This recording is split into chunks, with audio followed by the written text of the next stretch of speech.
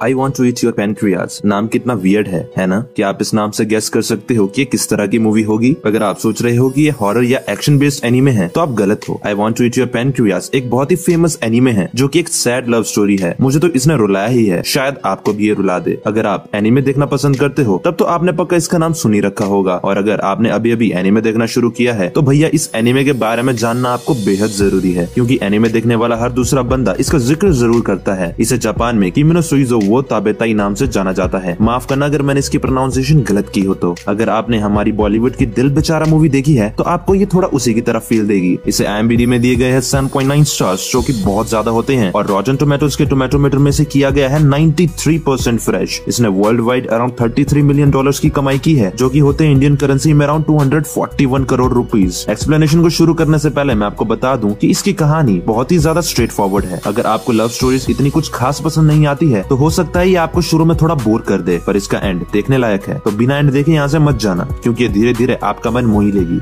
कहानी की शुरुआत में हम किसी साकुरा नाम के हाई स्कूल गर्ल की फ्यूनरल देखते हैं। उस लड़की का एक क्लासमेट जिसका नाम हारुकी शिगा होता है, वो उसकी फ्यूनरल में नहीं गया होता। वो अपने फोन पर उसे किया गया अपना आखिरी मैसेज देखता है और कहता है कि पता नहीं मरने से पहले उसने मेरा ये मैसेज पढ़ा भी होगा या नहीं। इसके बाद उसे अपनी उस लड़की के साथ बिताई हुई एक मेमोरी याद आ जाती है, जहाँ हम देखते हैं कि जब एक दिन वो लाइब्रेरी में था तब उस लड़की ने उसे कहा था कि मैंने कल टीवी में सुना कि अगर हमें लीवर की प्रॉब्लम हो तो हमें लीवर खाना चाहिए, और हमें स्टमक की प्रॉब्लम हो तो हमें स्टमक खाना चाहिए। इससे हमारी बॉडी का वो खराब पार्ट ठीक हो जाता है। और शायद तुम ही हो जिससे मैं ये पूछ सकती हूँ कि, जिस पर वो कहता है कि क्या। इसके बाद वो लड़की उसे जोर से कोने में धक्का दे देती है और कहती है कि मैं तुम्हारे पैनक्रियास खाना चाहती हूँ। इसके बाद सीन शिफ्ट होता है और वो लड़का हारुकी अपनी और उस लड़की की बैक स्टोरी याद करने लगता है। हम देखते हैं कि एक दिन वो अकेले हॉस्पिटल में बैठा होता है, तब उसे वहाँ किसी की बुक गिरी दिखती है। वो उसे वहाँ से उठाता है और उसे पढ़ने लगता है। उस बुक का टाइटल लिविंग विद डाइंग था। जब वो उसके अंदर की चीजें पढ़ता है तब उसे पता चलता है कि ये तो एक डायरी है। वो उस पर लिखी कुछ बातें पढ़कर हैरान हो जाता है। उसमें लिखा होता है कि मैं बहुत जल्द अपने पैनक्रियास की बीमारी की वजह से मरने वाली हूँ। तभी एक लड़की जिसका नाम साकुरा यामाउची होता है, वो उसे कहती है कि ये डायरी मेरी है। हारुकी कहता है ये फ्लोर में गिरी हुई थी। तभी उसकी डॉक्टर के साथ अपॉइंटमेंट का टाइम हो जाता है और वो उसे डायरी पकड़ा के वहाँ से जाने लगता है। वो लड़की उसे कहती है तो तुमने मेरी डायरी पढ़ी? इसके बाद वो उसे अपनी बीमारी के बारे में बताने लग जाती है, पर हारुकी कोई खास रिएक्शन नहीं देता। वो उसे कहती है कहीं तुम्हें ये सब मजाक तो नहीं लग रहा? मेरे पैनक्रियाज अब काम नहीं करते और मैं बहुत जल्द मर जाऊंगी। पर हारुकी बिना कुछ रिएक्शन दिए उसे बस इतना ही कहता है कि ये तो बहुत बुरी बात है। साकुरा ये सुनकर हैरान हो जाती है और उसके ऊपर चीखते हुए कहती है तुम्हें बस इतना ही कहना है? तुम जरा सा भी शॉक नहीं हुए? बाकी सब लोग तो ये जानकर एकदम दंग रह जाएंगे और मुझे स्पेशल फील करवाएंगे। ये सुनकर हारुकी उसे बस सॉरी कहता है। साकुरा हैरान होकर बहुत जोर से हंसने लग जाती है और कहती है तुम सच में इंसान भी हो या नहीं? इसके बाद हारुकी वहाँ से चुपचाप चले जाता है। इसके बाद सीन शिफ्ट होता है और हम देखते हैं कि हारुकी अपने घर जा रहा होता है। रास्ते में वो अपने सामने साकुरा को देखता है जो शायद उसका पीछा कर रही थी। साकुरा ऐसे जताती है जैसे उनका फिर से मिलना बस एक इत्तेफाक था, पर हारुकी चुपचाप दूसरे रास्ते से निकल जाता है। साकुरा भी उसके पीछे पीछे निकल जाती है। वो उसे कहती है कि हम दोनों एक ही क्लास में हैं, पर हम आज पहली बार बात कर रहे हैं। वो उसे उसकी हॉस्पिटल में आने की वजह भी पूछती है, पर हारुकी उसकी किसी भी बातों का जवाब नहीं देता और कहता है कि मैं ट्रेन के लिए लेट हो रहा हूँ, गुड बाय। साकुरा उसे कहती है जाने से पहले मुझे एक प्रॉमिस तो करते जाओ कि तुम मेरी बीमारी के बारे में किसी को भी नहीं बताओगे। मैंने तुम्हारे सिवा ये किसी और को नहीं बताया है। इस पर हारुकी उसे कहता है मैं प्रॉमिस करता हूँ, वैसे भी मेरा कोई दोस्त ही नहीं है तो मैं किसे बताऊंगा। ये सुनकर साकुरा उसे कहती है क्या तुम्हारा कोई दोस्त ही नहीं है? क्या तुम मेरे मरने तक मेरे दोस्त बनना चाहोगे? हारुकी उसे मना कर देता है। इसके बाद साकुरा वहाँ से चली जाती है। हारुकी भी सोचता है कि आज के बाद वो फिर कभी उसे बात नहीं करेगा, और शायद किस्मत को कुछ और ही मंजूर था। हारुकी स्कूल लाइब्रेरी में काम करता था। कुछ दिनों बाद वो और साकुरा फिर से लाइब्रेरी में मिले, क्योंकि साकुरा उसकी इस काम में नई पार्टनर थी। हारुकी उसे कहता है कि तुम्हें बुक्स रीड करना पसंद भी है। मुझे नहीं लगता कि तुम अपनी बाकी की बची जिंदगी यहाँ इस लाइब्रेरी में बिताना चाहोगी। साकुरा उसे कहती है तो मुझे फिर और क्या करना चाहिए? इस पर हारुकी उसे कहता है मेरे हिसाब से तुम्हें इससे अच्छा अपने क्रश से मिलना चाहिए, उसके साथ समय बिताना चाहिए, या फिर विदेश घूमने जाना चाहिए। ये सुनकर साकुरा पूछती है कि क्या तुमने अपने बारे में भी सोचा है कि तुम मरने से पहले क्या क्या करना चाहते हो? हारुकी कहता है हाँ मैंने कुछ चीजें सोच रखी है। जिस पर साकुरा उसे कहती है तो तुम भी यहाँ क्या कर रहे हो? क्या पता तुम कल को मर जाओ। मरना तो एक दिन सभी को है ही, पर कोई भी ये नहीं बता सकता कि कौन कब मरेगा। और साथ ही वो ये भी कहती है कि मुझे ये आम चीजें करने में भी उतना ही मजा आता है जितना कुछ और करने में। इसके बाद वो उसे बताती है कि उसने अपनी लिविंग विद डाइंग में कुछ ऐसी चीजें लिख रखी है जो वो मरने से पहले पूरी करना चाहती है, और वो ये सब अकेले नहीं बल्कि उसके साथ पूरा करना चाहती है। हारुकी उसे मना कर देता है, पर साकुरा उसे कहती है कि तुमने ही तो कहा था कि मुझे वो सब करना चाहिए जो मैं करना चाहती हूँ। हारुकी आनाकानी करता है पर साकुरा जिद करने लग जाती है। इसके बाद सीन शिफ्ट होता है और वो उसे अपने फेवरेट रेस्टोरेंट में लाती है जहाँ सबसे टेस्टी ऑर्गन मीट मिलते हैं। वो पैनक्रियास, स्टमक और हार्ट का ऑर्डर देती है क्योंकि उसे ये सब बहुत टेस्टी लगते हैं। उफ, ना जाने बाहर के लोग क्या क्या खाते हैं। इसके बाद वो उसके साथ खूब गप्पे मारती है और बताती है कि जिस टीवी शो की उसने पहले भी बात की थी उस टीवी शो से उसे एक और बात पता लगी है कि फॉरेन कंट्री के लोग ये मानते हैं कि अगर तुम्हें कोई खा लेता है तो तुम्हारी सोल उसके अंदर जिंदा रहेगी। जिस पर हारुकी उसे कहता है कि किसी और को जाके ढूंढो, तुम्हारी सोल मेरा जीना हराम कर देगी। इसके बाद वो उसे कहती है कि मैंने तुम्हें कभी किसी और के साथ क्लास में बैठे नहीं देखा, मुझे नहीं लगता कि तुम्हारे बारे में कोई कुछ जानता भी होगा। जिस पर हारुकी उसे कहता है उन सबको लगता है कि मैं बहुत बोरिंग हूँ, मेरे पीठ पीछे मेरे बारे में कोई क्या सोचता है ये सोचना तो मेरी जैसे हॉबी बन गई है। साकुरा कहती है तुम्हें क्या लगता है मैं तुम्हारे बारे में क्या सोचती होगी? हारुकी कहता है जैसा बाकी सब सोचते होंगे, बस एक बोरिंग लड़का या फिर वो शख्स जो तुम्हारे सारे सीक्रेट्स जानता है। साकुरा कहती है हाँ शायद। इस पर हारुकी कहता है मुझे अब इन चीजों से ज्यादा फर्क नहीं पड़ता, मेरे लिए मेरे परिवार के बाद कोई दूसरा इम्पोर्टेंट नहीं है, इसलिए मुझे बाकियों में दिलचस्पी ही नहीं होती और न ही बाकियों को मुझ पर। ये सुनकर साकुरा गुस्सा हो जाती है और कहती है मैं किसी ऐसे शख्स को कभी अपने साथ खाने पे इनवाइट नहीं करती जिसकी मुझे परवाह ही नहीं होती, और तुम्हारे कहने का मतलब ये है कि मैं भी तुम्हारे लिए कुछ नहीं हूँ, तुम तो मेरी बेइज्जती कर रहे हो।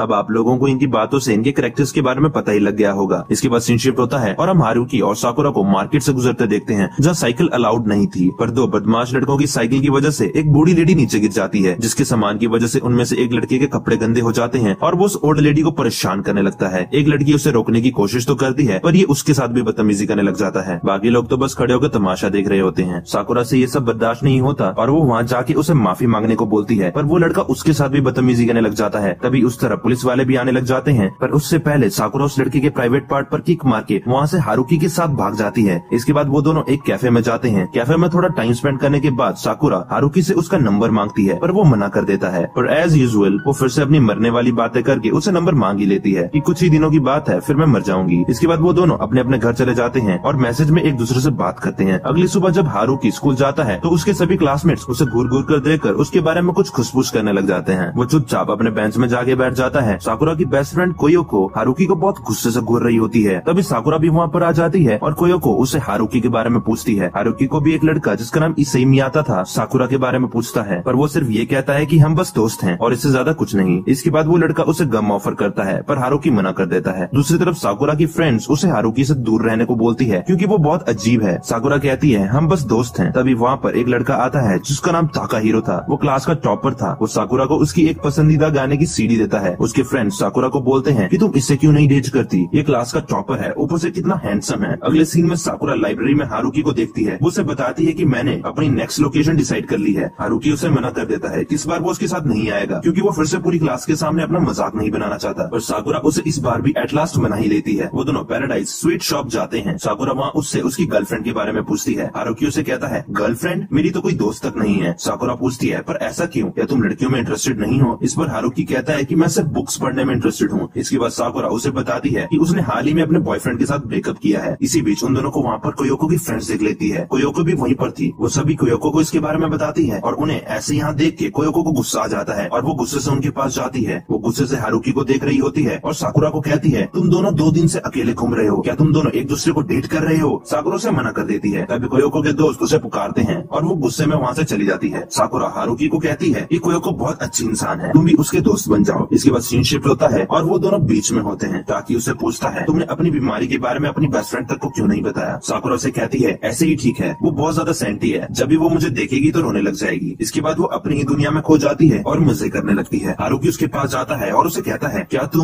तुम सच में मरने वाली हो? साकुरा मुस्कुराते हुए कहती है हाँ बिल्कुल। इसके बाद वो उसे कहती है कि मैंने इसके बारे में सिर्फ एक तुम्हें ही बताया है, वो इसलिए क्योंकि तुम बाकी सबसे अलग हो, तुम कभी ओवर रिएक्ट नहीं करते, तुम हमेशा मेरे साथ नॉर्मल रहते हो। मेरी फैमिली हर छोटी से छोटी बात पर ओवर रिएक्ट करने लग जाती है और मुझे ना जताने का सिर्फ नाटक करती है। अगर मेरे दोस्तों को भी इस बारे में पता लग जाएगा तो वो भी ऐसा ही करने लग जाएंगे। बस एक तुम ही हो जो सच जानकर भी मेरे साथ नॉर्मल बिहेव करते हो, इसलिए तुम्हारे साथ घूमने में मजा आता है। इसके बाद हारुकी उसे कहता है मुझे लगता है तुम्हें एक बॉयफ्रेंड की जरूरत है। साकुरा उसे कहती है अगर मैं कहूँ कि तुम सही हो तो क्या तुम मेरी ये जरूरत पूरी करोगे? हारुकी ब्लश करते हुए कहता है आखिर तुम कहना क्या चाहती हो? साकुरा कहती है कुछ नहीं, जरूरी नहीं मेरी हर बात का कुछ मतलब हो। इसके बाद वो उसे कहती है कि हमेशा किताबें पढ़ने के बजाय लोगों के साथ थोड़ा वक्त गुजारा करो। इसके बाद स्कूल का अगला दिन दिखाया जाता है जहाँ इससे ही उसे फिर से गम ऑफर करता है और हारुकी हमेशा की तरह उसे मना करता है। इससे ही उसके और साकुरा के रिलेशन के बारे में फिर से उसे पूछता है, पर हारुकी फिर से यही कहता है कि हम बस दोस्त हैं। इसके बाद फिर से सीन शिफ्ट होता है और हम देखते हैं कि रात को हारुकी को साकुरा का कॉल आता है। साकुरा उसे ट्रेन में कहीं घूमने जाने को कहती है और अगली सुबह वो दोनों ट्रेन में कहीं घूमने निकल जाते हैं। साकुरा से कहती है कि मैंने घर में झूठ बोला है कि मैं कोयोको के साथ घूमने जा रही हूँ और हारुकी कहता है कि उसने भी घर में झूठ बोला है कि वो अपने नए दोस्तों के घर नाइट आउट पे जा रहा है। साकुरा अपनी डायरी लिविंग विद डाइंग में कुछ लिखने लग जाती है और हारुकी से उसका नाम पूछती है। हारुकी उसे उसका नाम उस डायरी में लिखने को मना करता है और कहता है कि मैं नहीं चाहता तुम्हारे मरने के बाद तुम्हारे पेरेंट्स को मेरे बारे में कुछ भी ऐसा वैसा पता चले।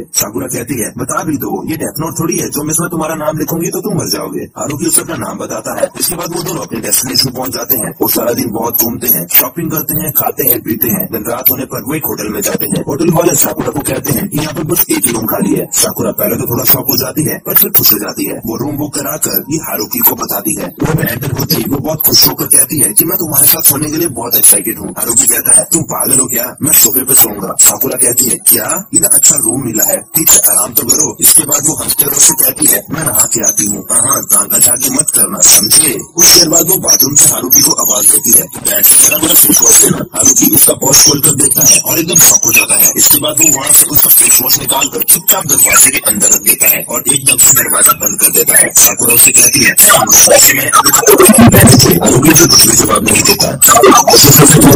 उससे बोलो ये बात हारुकी में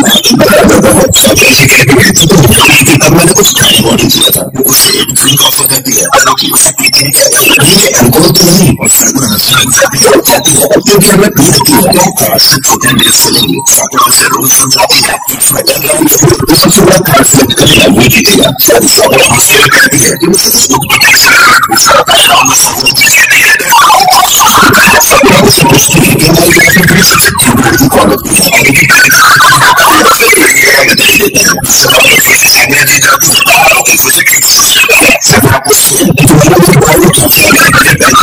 क्लास की बाकी लड़कियों में सब